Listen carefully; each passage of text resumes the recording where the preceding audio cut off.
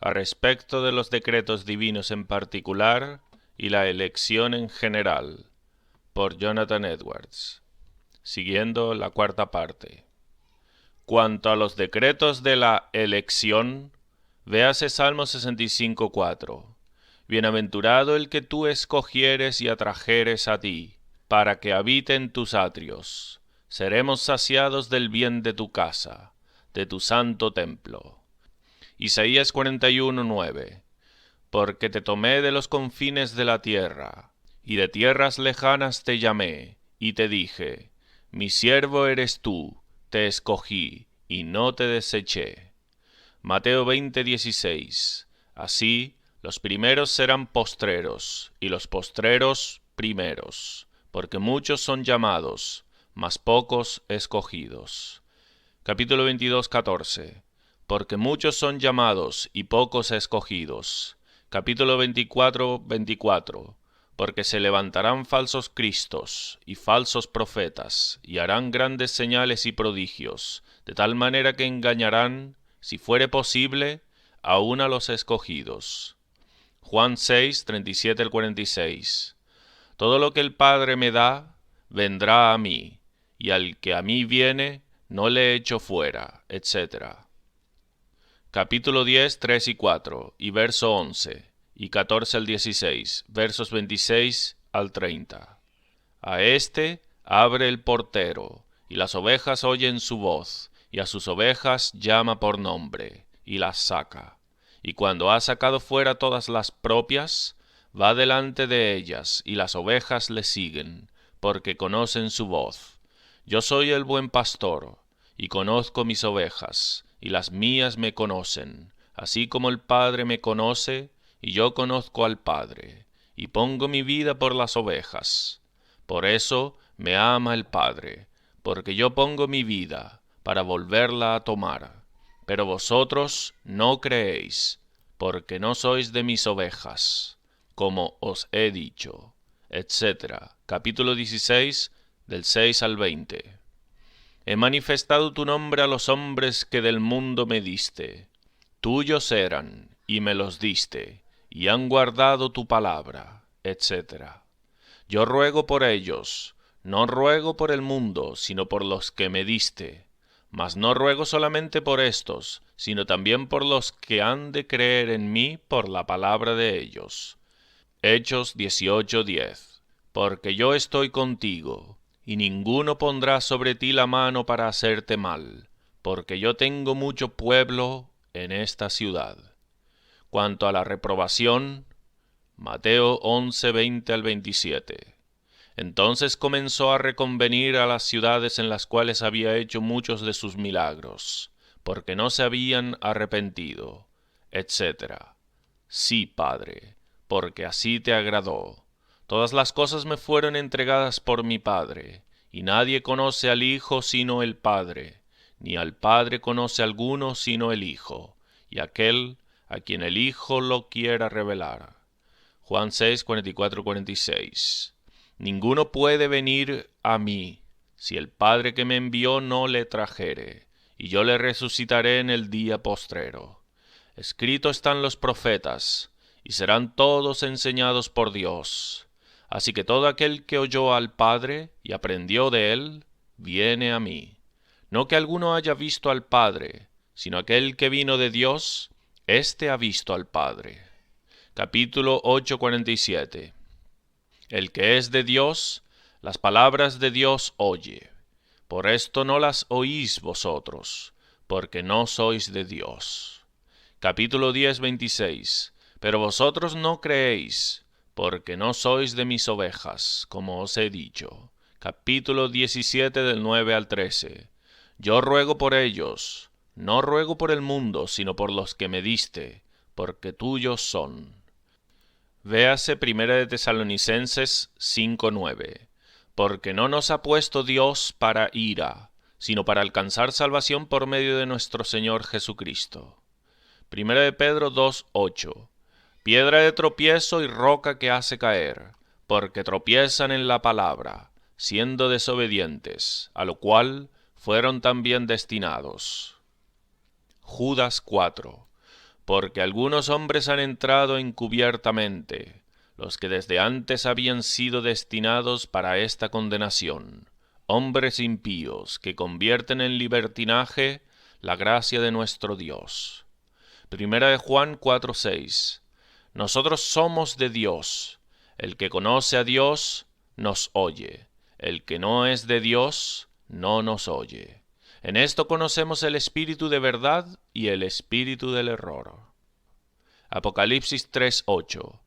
Yo conozco tus obras. He aquí, he puesto delante de ti una puerta abierta, la cual nadie puede cerrar, porque aunque tienes poca fuerza, has guardado mi palabra, y no has negado mi nombre. Capítulo 20, del 12 al 15. Y vi a los muertos grandes y pequeños, de pie ante Dios, y los libros fueron abiertos, y otro libro fue abierto, el cual es el libro de la vida, y fueron juzgados los muertos por las cosas que estaban escritas en los libros, según sus obras. Y el mar entregó los muertos que había en él, y la muerte y el Hades entregaron los muertos que había en ellos, y fueron juzgados cada uno según sus obras. Y la muerte y el Hades fueron lanzados al lago de fuego. Esta es la muerte segunda. Y el que no se halló inscrito en el libro de la vida, fue lanzado al lago de fuego. Juan 12, del 37 al 41. Pero a pesar de que había hecho tantas señales delante de ellos, no creían en él, porque también dijo Isaías, cegó los ojos de ellos y endureció su corazón, para que no vean con los ojos y entiendan con el corazón. Isaías dijo esto cuando vio su gloria, y habló acerca de él. Romanos 9, del 6 al 8, 11 al 14, 16 al 19. Véase del 21 al 24, 27, 29 y 33. No que la palabra de Dios haya fallado, porque no todos los que descienden de Israel son israelitas, ni por ser descendientes de Abraham son todos hijos, sino en Isaac te será llamada descendencia. Esto es, no los que son hijos según la carne son los hijos de Dios, sino los que son hijos según la promesa son contados como descendientes, pues no habían aún nacido, ni habían hecho aún ni bien ni mal, para que el propósito de Dios conforme a la elección permaneciese. No por las obras, sino por el que llama, se le dijo, el mayor servirá al menor, etc. ¿Qué pues diremos? ¿Que hay injusticia en Dios? En ninguna manera. Así que no depende del que quiere, ni del que corre, sino de Dios que tiene misericordia, etc. Pero me dirás, ¿por qué pues inculpa? Porque, ¿quién ha resistido a su voluntad? ¿O no tiene potestad el alfarero sobre el barro, para hacer de la misma masa un vaso para honra y otro para deshonra? Etc. A los cuales también ha llamado, esto es, a nosotros, no sólo de los judíos, sino también de los gentiles. También Isaías clama tocante a Israel, si fuere el número de los hijos de Israel como la arena del mar, tan solo el remanente será salvo. Y como antes dijo Isaías, si el Señor de los ejércitos no nos hubiera dejado descendencia, como Sodoma habríamos venido a ser, y a Gomorra seríamos semejantes. Como está escrito, he aquí pongo en Sión piedra de tropiezo y roca de caída, y el que creyere en él no será avergonzado. Y capítulo 11, del 1 al 6, y 7 al 11, 15, 17, 19 al 23, 32 y 36. Digo pues, ¿ha desechado Dios a su pueblo? En ninguna manera, porque también yo soy israelita, de la descendencia de Abraham, de la tribu de Benjamín, etc. Así también aún en este tiempo ha quedado un remanente escogido por gracia. Y si por gracia, ya no es por obras, de otra manera la gracia ya no es gracia. Y si por obras, ya no es gracia, de otra manera la obra ya no es obra. ¿Qué pues? Lo que buscaba Israel no lo ha alcanzado, pero los escogidos sí lo han alcanzado, y los demás fueron endurecidos. Dios les dio espíritu de estupor, ojos con que no vean y oídos con que no oigan, hasta el día de hoy. Y David dice, se ha vuelto su convite en trampa y en red, en tropezadero y en retribución, etc. Pues si algunas de las ramas fueron desgajadas, y tú, siendo olivo silvestre, has sido injertado en lugar de ellas, y has sido hecho participante de la raíz y de la rica savia del olivo. Pues las ramas, dirás, fueron desgajadas para que yo fuese injertado, etc. Y aun ellos, si no permanecieren en incredulidad, serán injertados, pues poderoso es Dios para volverlos a injertar. Porque Dios sujetó a todos en desobediencia, para tener misericordia de todos, porque de Él y para Él son todas las cosas. A Él sea la gloria por los siglos. Amén. Todo lo que se pretende cuando decimos que Dios decreta todo lo que sucede es que todos los eventos están sujetos a las disposiciones de la providencia, o que Dios ordena todas las cosas en su providencia, y que tuvo la intención, desde la eternidad, de ordenar todas las cosas en providencia, y tuvo la intención de ordenarlas como lo hace. La elección no significa solo algo común a los cristianos profesos. Mateo 20:16. Porque muchos son llamados, mas pocos escogidos. Mateo 24:31. Y enviará a sus ángeles con gran voz de trompeta, y juntarán a sus escogidos. La presciencia de Dios aparece por esto, que Dios ha predicho que habrá algunos hombres buenos, como los arminianos mismos conceden, Stebbing, en su tratado a respecto de las operaciones del Espíritu Santo, página 237, segunda edición. Él dice lo siguiente: mientras que el hombre pueda estar seguro de que esas cosas que Dios ha predicho sucederán, puede estar seguro de que la gracia de Dios prevalecerá en multitudes de hombres antes del fin de todas las cosas. Pues por diversas predicciones en Escritura Santa, se nos asegura que cuando Cristo venga a juzgar, habrá algunos que serán cambiados y vestidos de inmortalidad. Fin de la cita. Las Escrituras, al enseñarnos esta doctrina, no son culpables de ninguna imposición dura sobre nuestro entendimiento de una doctrina contraria a la razón. Si hubieran enseñado la doctrina contraria, habría sido mucho más contraria a la razón, y una tentación mucho mayor a las personas de consideración diligente y minuciosa, a dudar de la divinidad de la Escritura. A respecto de decretar el pecado, véase Hechos 3, 17 y 18, con Hechos 13, 27.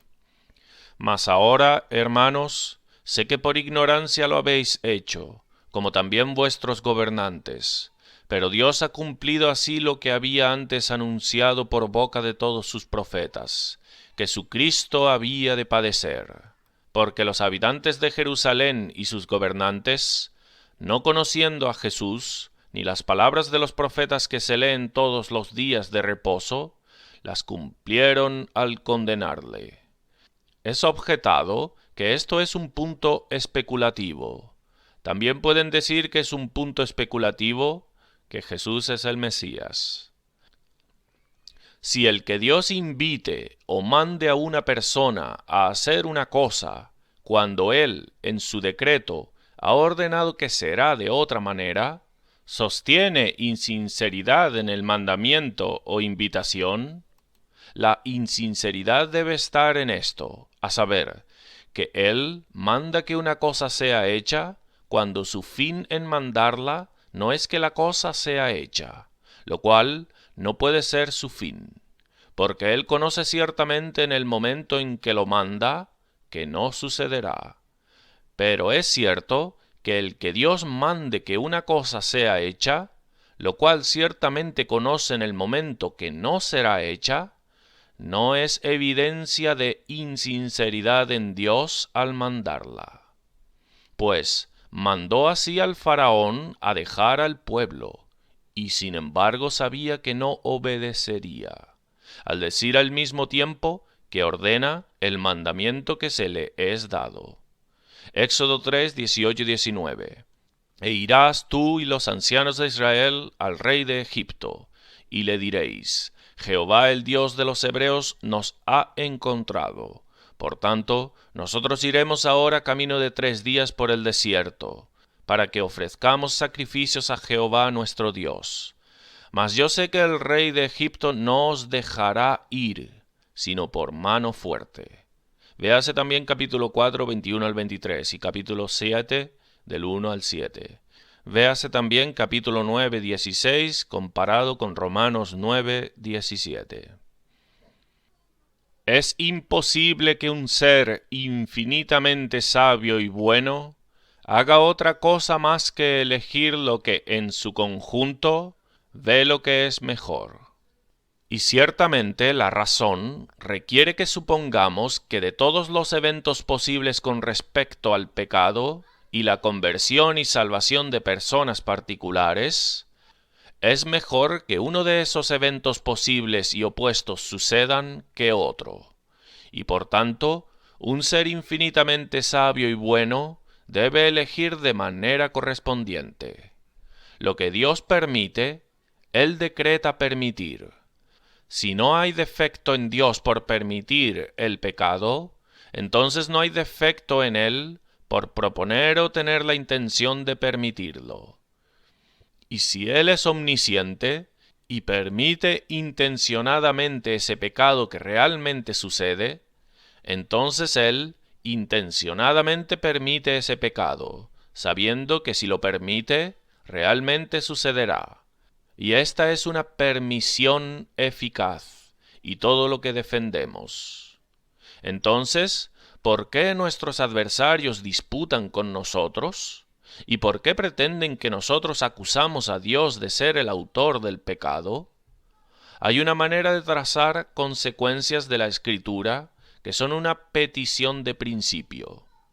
Como los arminianos dicen, existen muchos más textos claramente en contra de la elección de los que parecen haber a favor de eso, a saber, aquellos textos que representan que las ofertas generales de salvación son hechas como si fueran dejadas a la elección de los hombres, de si serán salvos o no.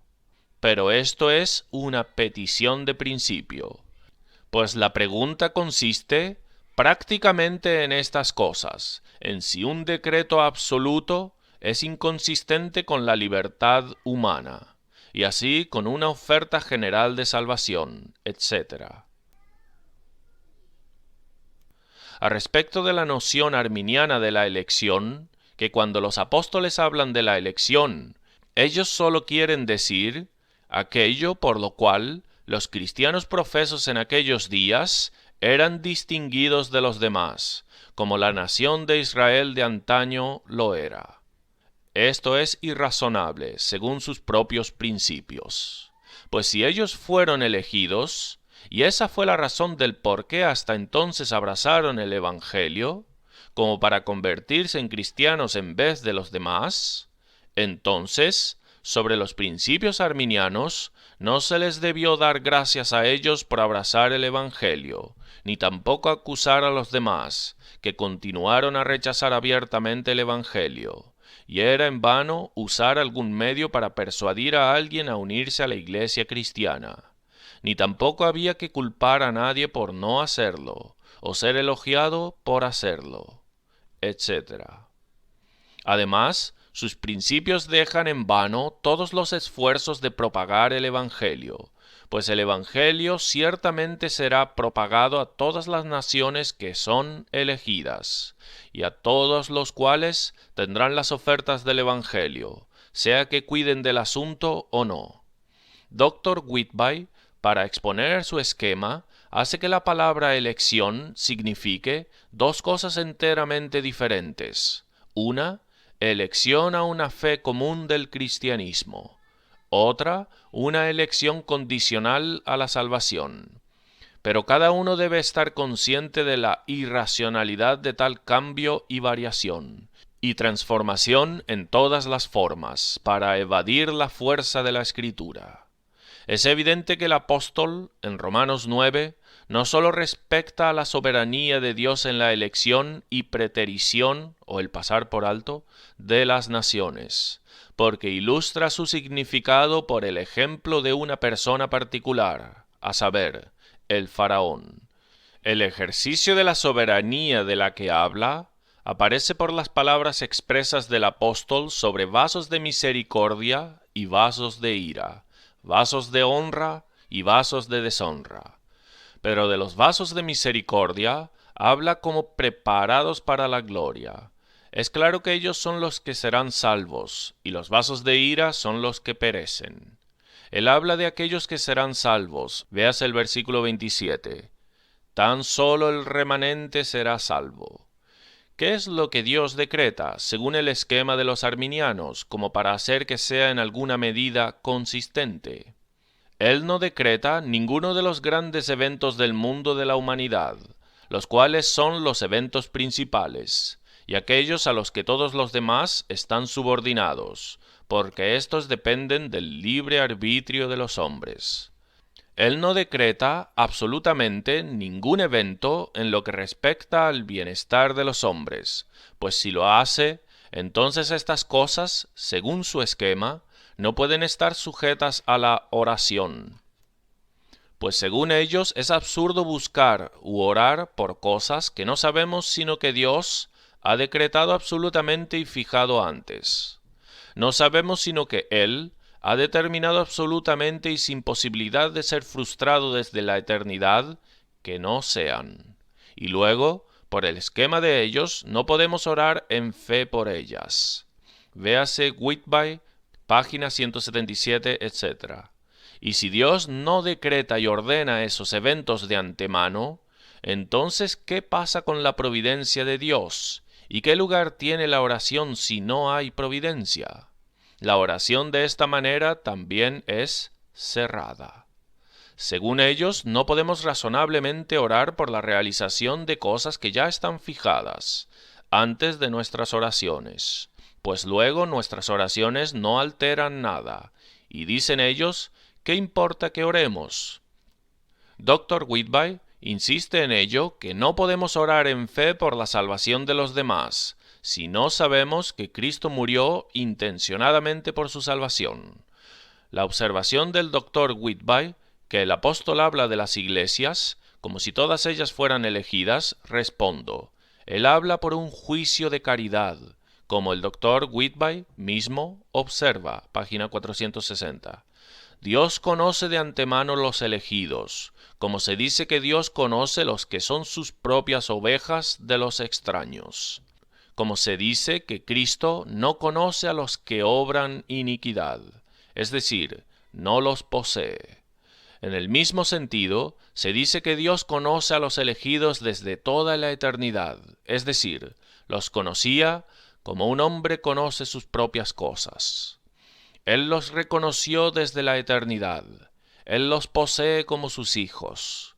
Los reprobados no los conoció. Eran extraños a Dios desde toda la eternidad. Si Dios determinó en general que algunos de la humanidad ciertamente serían salvos, y no lo dejó totalmente indeterminado si tanto como un alma de toda la humanidad creería en Cristo, debe ser que Él determinó que algunas personas particulares ciertamente creerían en Él. Pues es cierto que si Él lo ha dejado indeterminado a respecto de esta y aquella y la otra persona, si creería o no, y así de cada persona en particular en el mundo, entonces no hay necesidad en absoluto que éste o aquella o cualquier persona en particular en el mundo sea salva por Cristo por el motivo de ninguna determinación de Dios. De manera que aunque Dios envió a su Hijo al mundo, sin embargo, el asunto fue dejado totalmente indeterminado por Dios, si alguna persona será salva por él. Y hubo todo este preámbulo sobre el nacimiento, muerte, resurrección, ascensión de Cristo y el sentarse a la mano derecha de Dios, cuando no fue aún determinado si salvará siquiera un alma, o tendrá algún reino intermediario en absoluto. Es de lo más absurdo llamar tal elección condicional como de la que hablan, por el nombre de elección, viendo que existe una conexión necesaria entre la fe en Jesucristo y la vida eterna. Los que creen en Cristo deben ser salvos, según la constitución inviolable de las cosas de Dios. Es un sinsentido, por tanto, hablar de elegir a tales a la vida desde toda la eternidad del resto de la humanidad.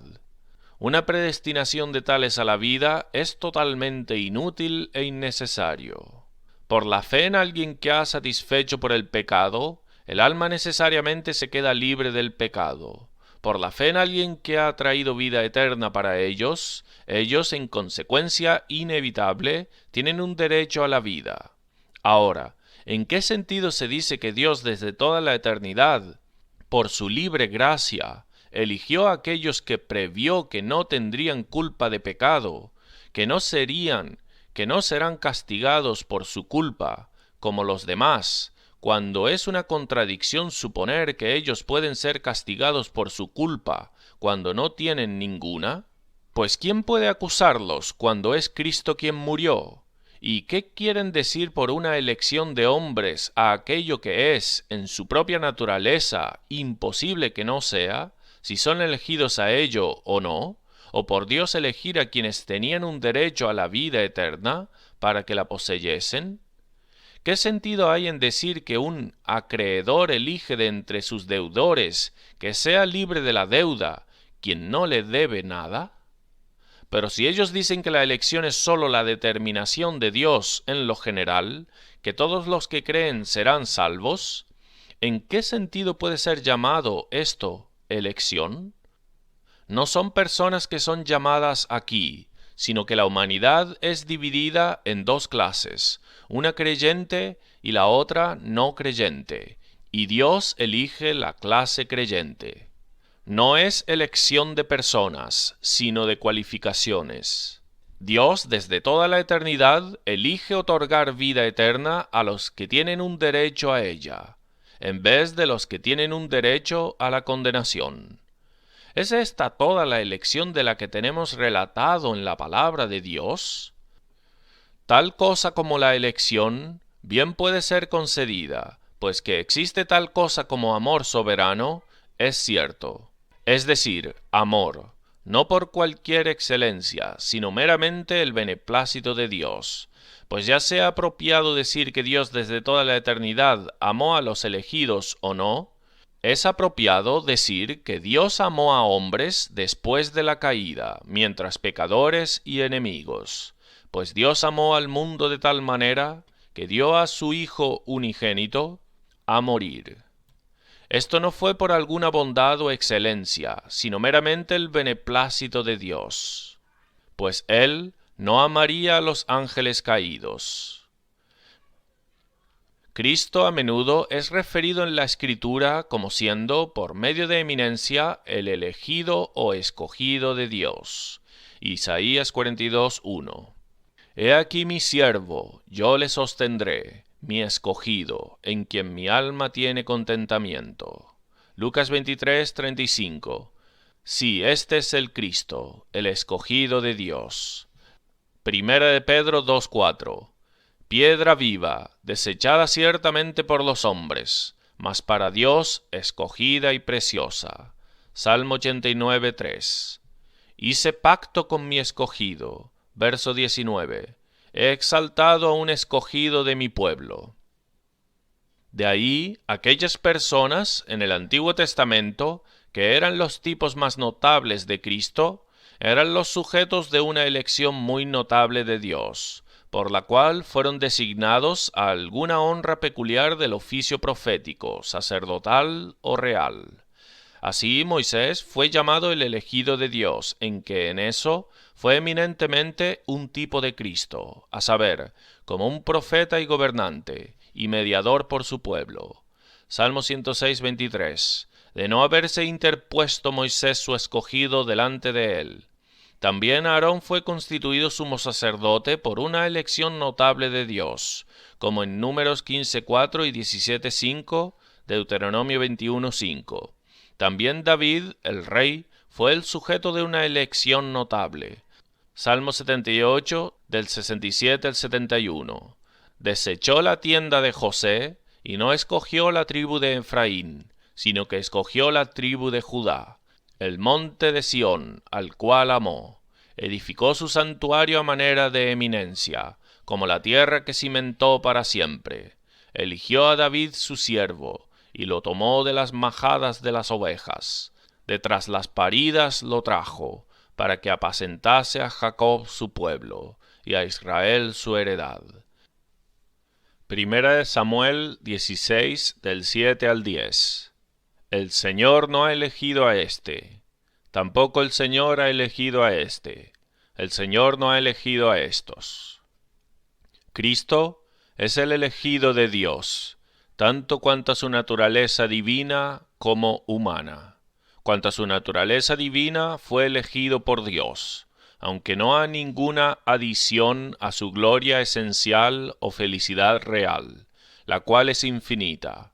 Sin embargo, a un resplandor declarativo.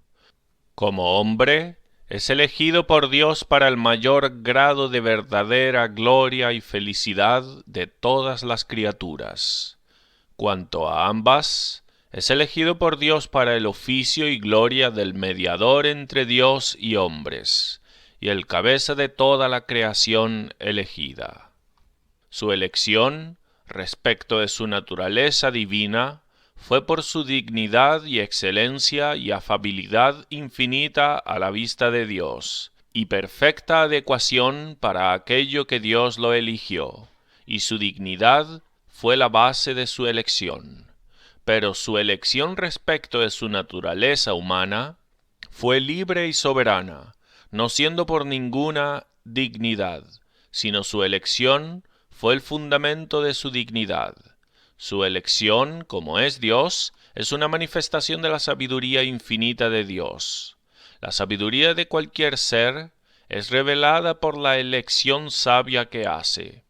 Así, la sabiduría infinita de Dios es manifiesta en la sabiduría de su elección cuando eligió a su Hijo eterno, alguien tan adecuado en todos los sentidos para el oficio de un mediador, cuando sólo Él era adecuado, y cuando era perfecta e infinitamente adecuado.